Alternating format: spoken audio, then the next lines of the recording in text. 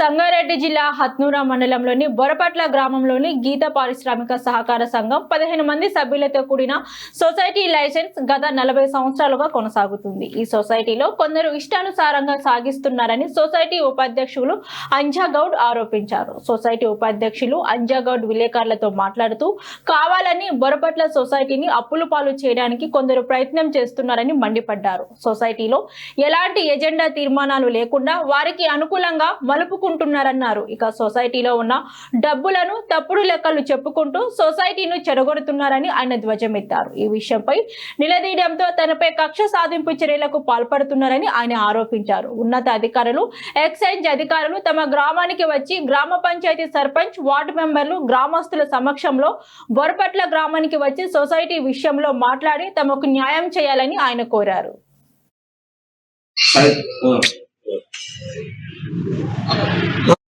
పారిశ్రామిక సహకార సంఘం వైస్ ప్రెసిడెంట్ నేను. అయితే మా సొసైటీలో అంతా ఒకటే ఫ్యామిలీ ఉన్న వాళ్ళు ఒక 10 మంది వరకు ఉంటారు. మేము ఒక 4 సపరేట్ ఉన్నాం.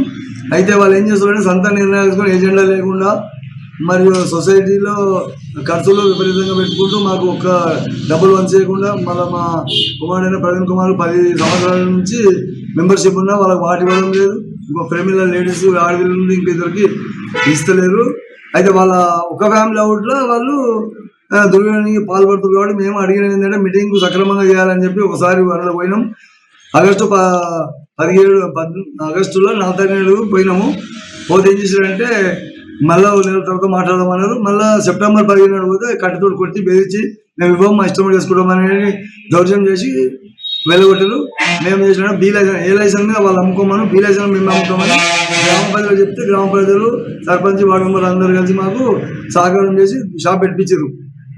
వాళ్ళు ఏం చేశారంటే గిట్టగా గ్రామ పంచాయతీలో వచ్చి మాట్లాడదామంటే మేము తాయిటోళ్ళ ముంగట రాము, మేము ఆపకారుల మీద తిరుగుతామని ఎక్సైజ్ ఇన్స్పెక్టర్లు పట్టుకొని వాళ్ళు తప్పుడు మాకు కేసులు చేయడము.